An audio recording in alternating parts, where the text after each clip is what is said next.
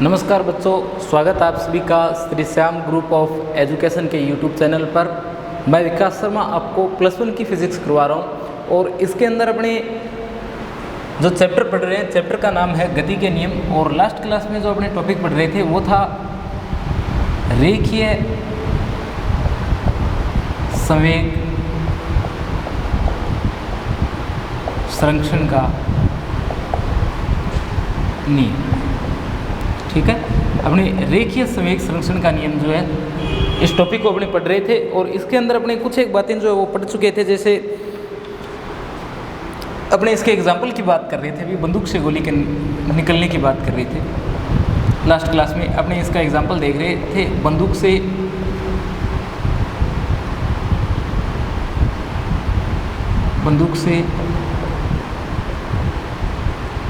गोली का निकलना। ठीक है, एग्जाम्पल देख रहे थे अपने इसमें बंदूक से गोली का निकलना। और इसके अंदर देखिए अपने क्या पढ़ रहे थे, अपने बोल रहे थे कि जो बंदूक गोली निकाय है जब प्रारंभिक अवस्था होती है, यानी जब प्रारंभिक अवस्था होती है किस समय, जब बंदूक से गोली जो है वो चली हुई नहीं होती है, उसमें की जब अपने बात करते हैं तो निकाय का कुल संवेग जो है वो क्या होता है, 0 होता है। निकाय जो है अपना, इसका कुल संवेग जो है इसका मान कितना होता है, 0 होता है। ठीक है, और ये कब की बात है, ये उसमें की बात है जब बंदूक और गोली दोनों एक निकाय के रूप में पास होते हैं, एक ही जगह होते हैं, उसमें की बात है। जब बंदूक से गोली को चला दिया जाता है तो उस समय क्या होता है, मान लेते हैं बंदूक जो है, बंदूक का द्रव्यमान मान लेते हैं कैपिटल M है, और ये क्या है बंदूक का द्रव्यमान, और वेग कितना है, वेग मान लेते हैं v है। ये जो वेग है इसे कहा जाता है प्रतिक्षेप वेग। क्या कहा जाता है, प्रतिक्षेप वेग कहा जाता है। इसी तरीके से जो गोली है, गोली का द्रव्यमान m मान लेते हैं, और वेग जो है वो क्या मान लेते हैं, v मान लेते हैं। यानी क्या होता है कि जब अपने बंदूक गोली निकाय है उससे जब गोली को चला दिया जाता है, जो बंदूक गोली निकाय है उससे जब गोली को चला दिया जाता है तो गोली जो है वो क्या करती है, आगे की ओर गति करती है, और उसके विपरीत दिशा में बंदूक जो है वो भी क्या करती है, प्रतिक्षेप वेग जो प्रदर्शित करती है। यानी आपने देखा होगा कि बंदूक जो होती है जब आगे की ओर उसकी गोली गति करती है तो बंदूक को पीछे की ओर क्या लगता है, एक झटका लगता है, एक धक्का लगता है, यानी बंदूक भी क्या करती है, विपरीत दिशा के अंदर गति करती है। परंतु बंदूक का द्रव्यमान गोली की तुलना में क्या है, काफ़ी ज़्यादा, इसलिए उसका वेग क्या होगा, उतना नहीं होता जितना गोली का होता है। ठीक है, तो बंदूक गोली निकाय की अगर बात करें तो बंदूक जो है इसका संवेग अगर आप लोग देखोगे तो कितना आएगा, mv आएगा। इसी तरीके से गोली का संवेग देखेंगे तो कितना आएगा, mv आएगा। तो ये यहाँ पर क्या है, दोनों के संवेग का मान है। अपने आगे बढ़ते हैं और बात करते हैं इस निकाय की। तो निकाय का प्रारंभिक संवेग जो है वो किसके बराबर होगा, निकाय का प्रारंभिक संवेग जो है वो किसके बराबर होगा, निकाय के अंतिम संवेग के बराबर होगा। यानी निकाय जो है उसका प्रारंभिक संवेग बराबर होगा किसके, निकाय के अंतिम संवेग के। प्रारंभिक संवेग का मान कितना है, 0 है, और अंतिम संवेग जो है वो कितना है, वो इन दोनों संवेगों के जोड़ के बराबर है। ठीक है, इन दोनों के जोड़ के बराबर है। यहाँ से अगर आप लोग mv वेक्टर देखो कैपिटल को तो वो माइनस के इक्वल आएगा mv वेक्टर के। और यहाँ से आप लोग क्या कर सकते हो, जो प्रतिक्षेप वेग है उस प्रतिक्षेप वेग का मान ज्ञात कर सकते हो, और कितना आएगा, m आएगा, प्रतिक्षेप वेग v है, v वेक्टर का मान ज्ञात कर सकते हो, कितना आएगा, ये आएगा mv vector upon capital M। ये हमारे पास में क्या है, बंदूक का प्रतिक्षेप वेग है। ठीक है, इसी प्रकार अपनी बंदूक का प्रतिक्षेप वेग जो है वो ज्ञात कर सकते हैं। अगर कोई अन्य निकाय भी अपने पास में होता तो इसी तरीके से अपने क्या करते हैं, उसका संवेग में परिवर्तन जो है वो ज्ञात कर सकते हैं। ठीक है, अपने को क्या लिखना होगा, अपने को लिखना होगा प्रारंभिक संवेग जो है बराबर रहता है किसके, अंतिम संवेग के। ये अपने संवेग संरक्षण का नियम है, यानी संवेग जो है वो क्या रहता है, नियत रहता है। आपने पढ़ा था कि F = dp/dt क्या होता है, F क्या होता है, dp/dt होता है। जब कोई बाह्य बल आरोपित नहीं किया जाता उस कंडीशन में F 0 होता है, यानी dp/dt जो है इसका मान कितना होता है, 0 होता है। तो P क्या होता है, कांस्टेंट होता है। P क्या होता है, कांस्टेंट होता है। इसी तरीके से mv जो है वो भी क्या होता है, कांस्टेंट होता है। तो इधर p कांस्टेंट है और इधर mv जो है वो क्या है, कांस्टेंट है। ये अपने संवेग संरक्षण का नियम है। आई बात समझ में? तो इस तरीके से अपने क्या कर सकते हैं, संवेग संरक्षण का नियम जो है वो लागू कर सकते हैं। तो यहाँ भी अपने क्या किया है, संवेग संरक्षण का नियम लागू किया है। प्रारंभ में जो संवेग था कितना था, 0 था, और अंतिम जो संवेग है वो किसके बराबर आएगा, 0 के बराबर आएगा। और वहाँ से बंदूक का प्रतिच्छेद वेग जो है v वेक्टर, उसका मान अपने क्या कर सकते हैं, ज्ञात कर सकते हैं। आई बात समझ में? आगे बढ़ते हैं, अपनी बात करते हैं नए टॉपिक की। नया टॉपिक होगा अपना संगामी बल। संगामी बलों की बात करने वाले हैं अब। तो देखिए,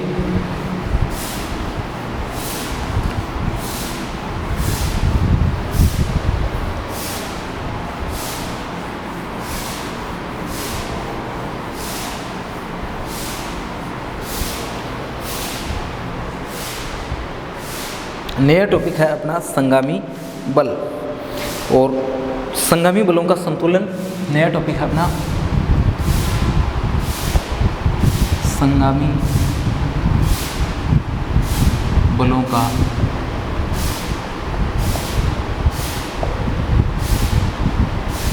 संतुलन। संगामी बलों का संतुलन। तो संगामी बल कौन से होते हैं, सबसे पहले अपने यही बात करेंगे, संगामी बल कौन से होते हैं। तो संगामी बलों का मतलब होता है यदि किसी वस्तु पर लगने वाले एक से अधिक बलों की क्रिया रेखा एक उभयनिष्ठ बिंदु से होकर के गुजरती है।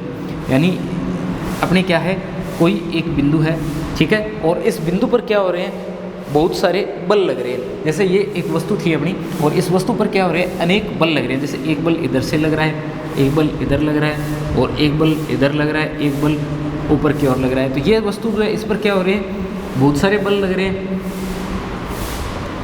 यदि क्या हो, एक वस्तु पर, एक ही वस्तु पर, एक वस्तु पर अनेक बल कार्य कर रहे हैं, एक वस्तु पर अनेक बल कार्य कर रहे हैं।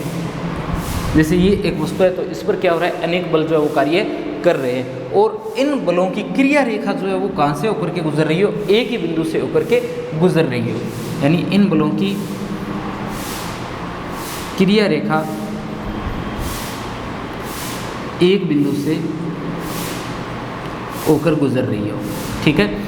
यानी एक वस्तु है, उस पर अनेक बल कार्य कर रहे हैं, और उन बलों की क्रिया रेखा जो है वो एक ही बिंदु से होकर के गुजर रही हो। तो ये जो बल है, ये क्या कहलाते हैं, ये कहलाते हैं संगामी बल।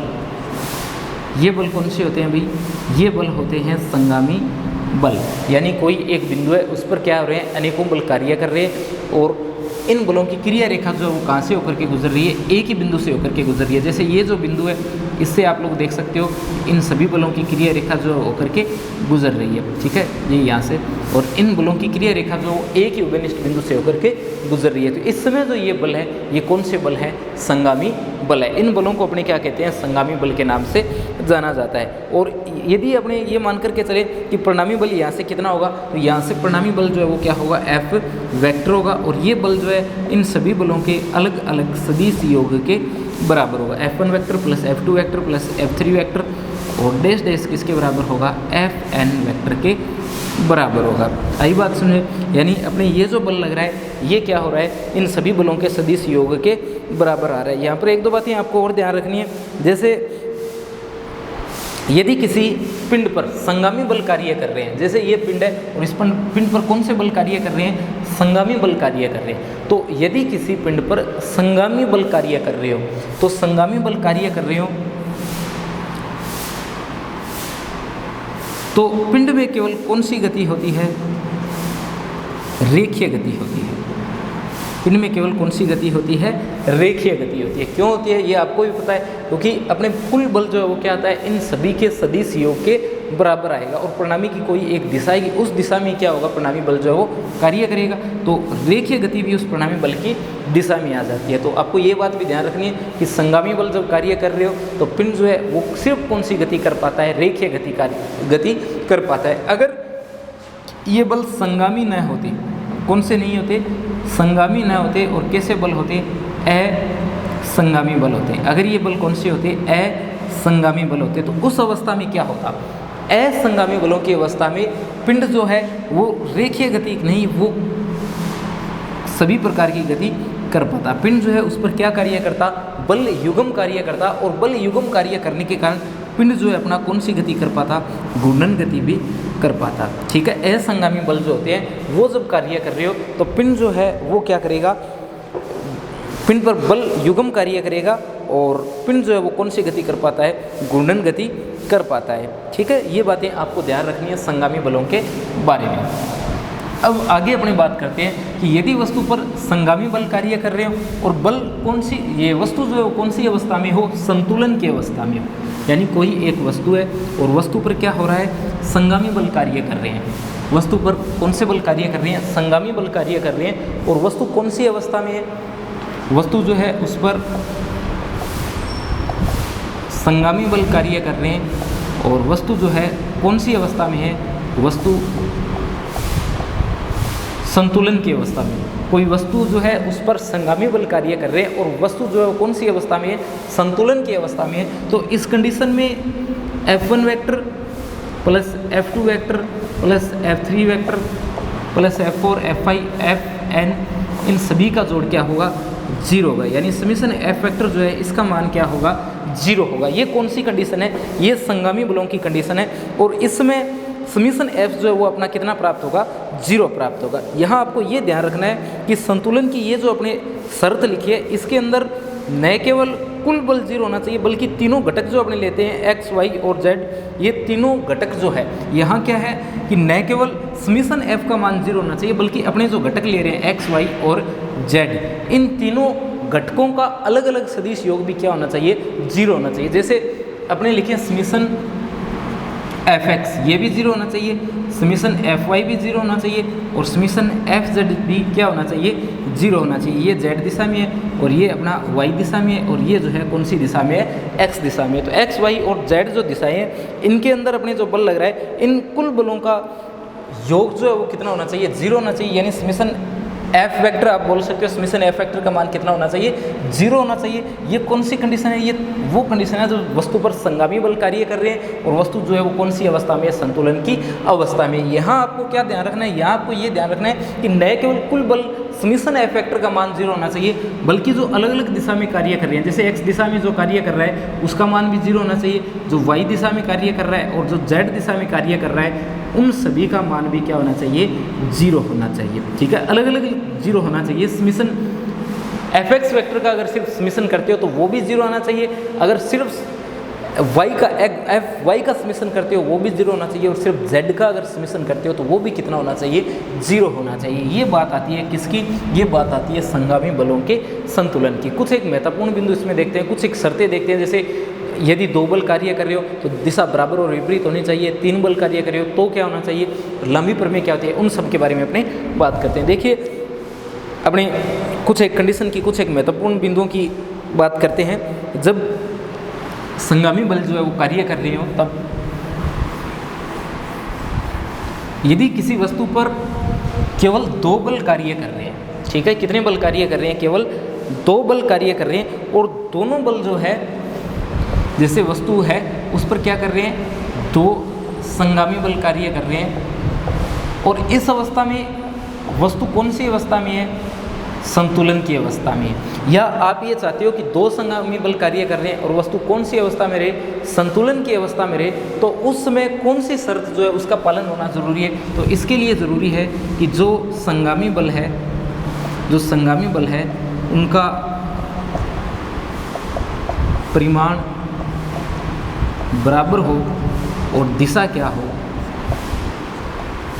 विपरीत हो।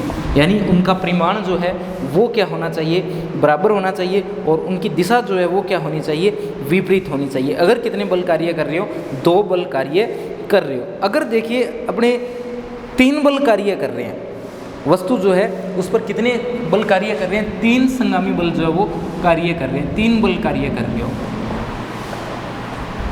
तो उस अवस्था में क्या होगा, उस अवस्था में F1 vector, F2 vector, F3 vector और इसका मान कितना होगा, 0 होगा। यानी F1 वेक्टर, F2 वेक्टर और F3 वेक्टर का मान जो है वो कितना होगा, 0 होगा। अगर कितने बल कार्य कर रहे हो, 3 बल कार्य कर रहे हो। यहाँ से F3 वेक्टर का मान अगर आप ज्ञात करो तो आपको पता है कितना आएगा, माइनस का F1 माइनस का F2, माइनस का F1 वेक्टर माइनस का F2 वेक्टर, यहाँ से लिख सकते हो F3 वेक्टर इक्वल माइनस का F1 vector plus F2 vector. ठीक है, अगर अपने इसका क्या लिखें, परिमाण के रूप में इसे लिखना चाहिए। इसका परिमाण अगर अपने ज्ञात करना चाहें तो अपने पहले पढ़ चुके हैं परिमाण के लिए क्या किया जाता है।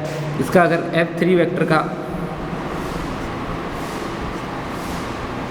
परिमाण आप लोग लिखो तो कितना आएगा, ये आएगा F3 और ये आएगा F1 square F2 square plus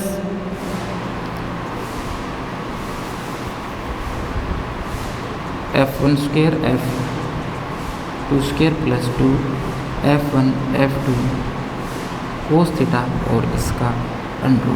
ये किसकी बात कर रहे हैं अपनी, ये बात कर रहे हैं अपने F3 की। F3 की अवस्था में क्या आता है, F1 square plus F2 square plus 2 F1 F2 cos theta आता है। ये F3 जो है इसका मान है और ये किस रूप में है, ये अपने परिमाण के रूप में है। F3 equal F1 square plus F2 square plus 2 F1 F2 cos theta. यहाँ आपको ध्यान रखना है कि जो F1 और F2 है, ये F1 और F2 किसके मध्य, इनके मध्य का कोण कितना है, थीटा है। यानी ये जो थीटा आप लोगों ने ले रखा है ये किनके मध्य का कोण है, ये F1 और F2 जो है उन दोनों के मध्य का कोण है। ठीक है, अब अपने आगे बात करते हैं कि कोई एक कण है O और उस पर क्या हो रही है, वो अगर संगामी बल कार्य कर रहे हो, कौन से F1 F2 और F3।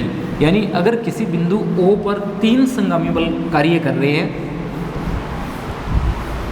यदि किसी बिंदु O पर यदि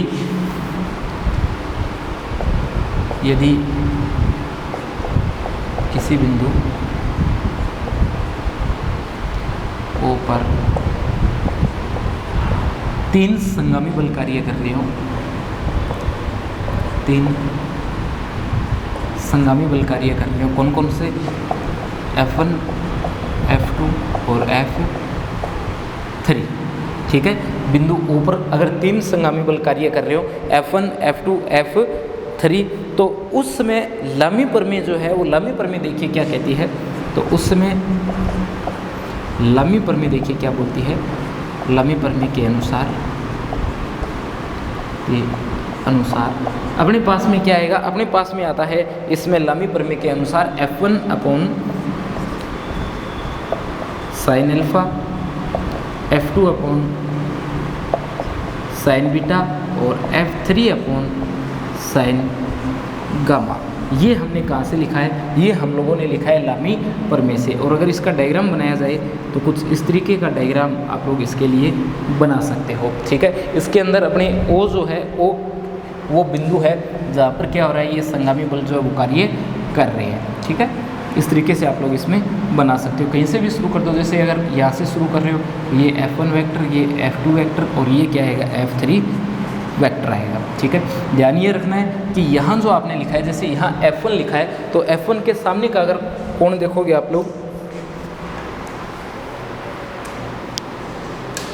F1 के सामने का अगर आप लोग कोण देखोगे तो कितना होगा, अल्फा होगा। तो ये F1 जो है इसके सामने का कोण आपको कितना लेना है, अल्फा लेना है। इसी तरीके से F2 जो है उसके सामने का कोण कितना होगा, उसके सामने का कोण बीटा होगा। और इसी तरीके से F3 के सामने का कोण कितना होगा, गामा होगा। ठीक है, तो इस तरीके से आप लोग क्या कर सकते हो, लामी प्रमेय जो है इसे लागू कर सकते हो। ठीक है, तो अगर लामी प्रमेय लगानी है तो आप लोग लगा लेना, इसी तरीके को अपने काम में लेते हैं और लामी प्रमेय जो है उसे लागू कर सकते हैं। आगे एक त्रिभुज का चित्र भी आप लोग बना सकते हो। यहाँ से अगर त्रिभुज का चित्र बनाना चाहो आप लोग तो कुछ इस तरीके से यहाँ त्रिभुज बन जाएगा। और ये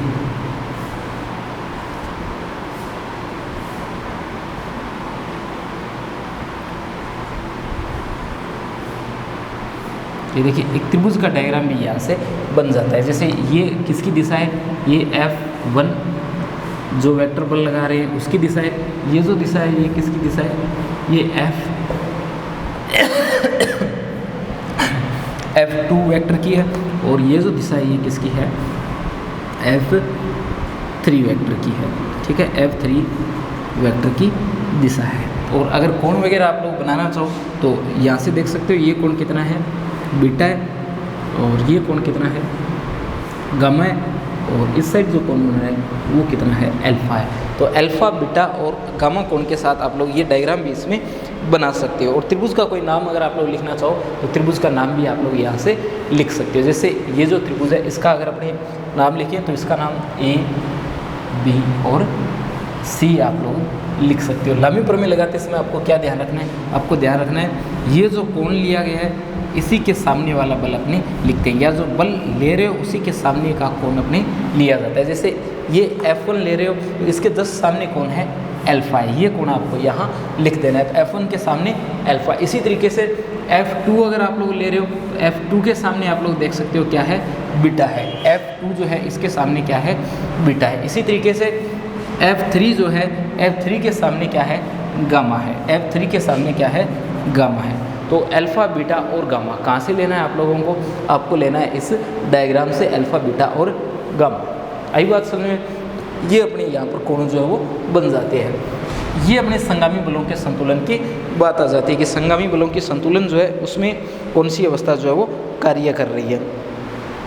और एक आपको ध्यान रखना है कि यदि कोई वस्तु कार्य कर रही है और संगामी बलों के कारण क्या है, संतुलन में है, तो यानी किसी वस्तु पर संगामी बल कार्य कर रहे हैं और वस्तु संतुलन की अवस्था में है, तो क्या होता है। यानी कोई एक वस्तु है, जैसे ये वस्तु है और वस्तु पर क्या कार्य कर रहे हैं, संगामी बल कार्य कर रहे हैं। एक वस्तु है, वस्तु पर क्या कर रहे हैं, संगामी बल कार्य कर रहे हैं। और संगामी बल कार्य करने पर वस्तु कौन सी अवस्था में आ जाती है, संतुलन की अवस्था में आ जाती है। तो वस्तु जो है इसकी अवस्था में कोई परिवर्तन नहीं होगा। अवस्था में परिवर्तन न होने का मतलब है अगर वस्तु स्थिर है तो क्या होगी, स्थिर ही रहेगी। और अगर वस्तु क्या है, एक समान वेग से गतिमान है तो वस्तु जो है वो क्या होगी, एक समान वेग से गतिमान ही बनी रहेगी। अगर वस्तु क्या है, एक समान वेग से गतिशील है तो वस्तु जो है वो क्या रहती है, गतिशील रहती है। ये अपने शर्त आ जाती है संगामी बलों की। यानी संगामी बलों के प्रभाव में अगर कोई वस्तु गति कर रही है, अगर एक समान वेग से गति कर रही है तो वो गति करती रहेगी। और अगर विराम अवस्था में है तो वस्तु जो है वो कौन सी अवस्था में रहती है, विराम अवस्था में ही रहती है। ये आवश्यक शर्तें अपने लिखी है किसके लिए, संगामी बलों के लिए। तो संगामी बलों के लिए एक तो आप लोग लामी प्रमेय को याद रख सकते हो, मैथ के स्टूडेंट हो बाद में पढ़ लो, इसे कोई दिक्कत नहीं आएगी आपकी।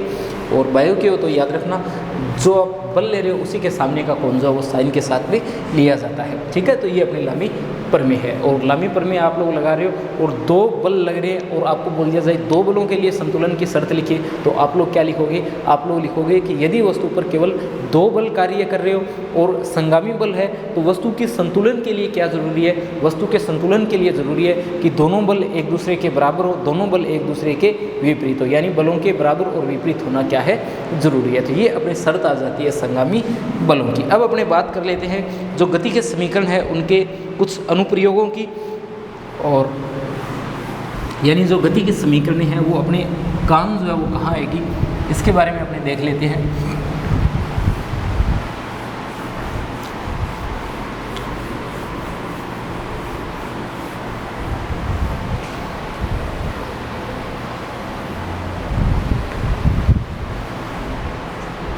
देखिए इसके अनुप्रयोग, तो इसके अंदर एक अनुप्रयोग आता है डोरी से परस्पर जुड़े पिंडों की गति।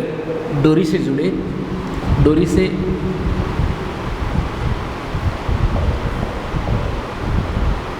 परस्पर जुड़े पिंडों की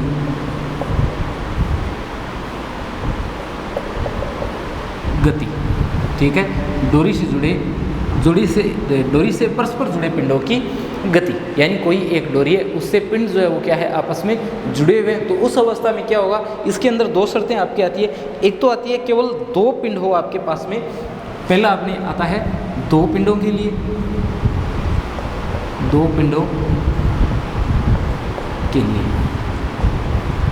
पिंडों के लिए देखिए क्या होगा। जैसे आपको सबसे पहले तो ये बता देना है इसके अंदर कि अपने एक सतह ली है, ये सतह जो है वो किस प्रकार की है, ये सतह घर्षण रहित सतह है। ये सतह कैसी है, घर्षण रहित सतह है। और इस पर दो पिंड स्थित है, एक का द्रव्यमान m1 है और दूसरे का द्रव्यमान कितना है, टू है। और इस पर कितना बल कार्य कर रहा है, तो भाई इस पर F बल जो है वो कार्य कर रहा है। और ये जो दोनों पिंड है ये किसकी सहायता से जुड़े हुए हैं, एक डोरी की सहायता से जुड़े हुए हैं। और त्वरण जो है वो कितना है, A वेक्टर है। A वेक्टर त्वरण से जो मैंने तीर का निशान लगाया है इस दिशा में ये क्या कर रहे हैं, गति कर रहे हैं। पिंडों का द्रव्यमान मान लेना, पिंडों का द्रव्यमान मान लेना कितना है, m1 है एक का, और दूसरे का कितना है, m2 है। F बल लगा रहे और A जो है वो क्या है, त्वरण है। अपने मान लेते हैं कि बल जो लग रहा है वो कितना लग रहा है, निकाय पर लगने वाले बल का मान कितना है, F है, और निकाय का त्वरण कितना है, A वेक्टर है। इसके अंदर जो डोरी अपनी लगा रखी है, डोरी में उत्पन्न तनाव का मान देख लेते हैं, तनाव को मान लेते हैं, डोरी में उत्पन्न तनाव, डोरी में उत्पन्न तनाव, डोरी में उत्पन्न तनाव को अपने मान लेते हैं कितना है, कैपिटल T है। आगे बढ़ते हैं और बात करते हैं डोरी में उत्पन्न त्वरण की। तो त्वरण बराबर होगा, त्वरण बराबर होगा बल बटे कुल द्रव्यमान, ठीक है।